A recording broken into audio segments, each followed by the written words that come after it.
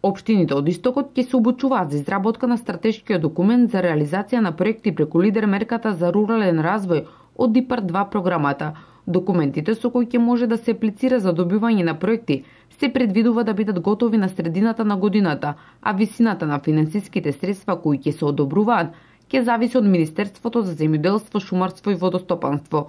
Руралните општини немаат ограничување со каков проект ќе аплицираат.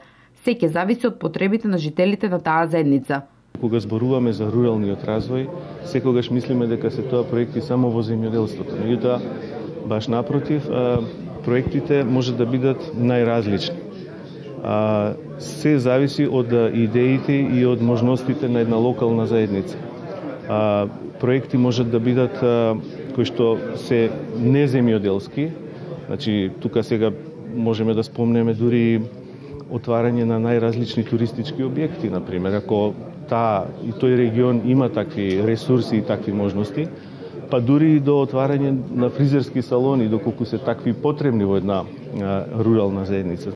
Формирањето на заедничко тело преку кое ќе се искористуваат европските фондови за рурален развој е од големо значење за општините Штип, Карбинци, Радовиш и Конче.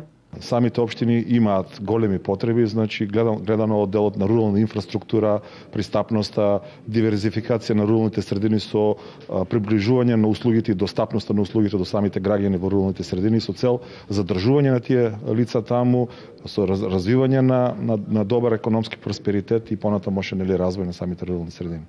Во рамките на проектот Мрежа за рурален развој денес во Штип се одржа работилница за представниците од општините Штип, Карбинци, Радовиш и Конче за пристап до програмата Лидер. Ова е втора ваква работилница на која се подготвуваат стратешките документи за полесно аплицирање и добивање на финансиски средства од ИПАРД 2 програмата.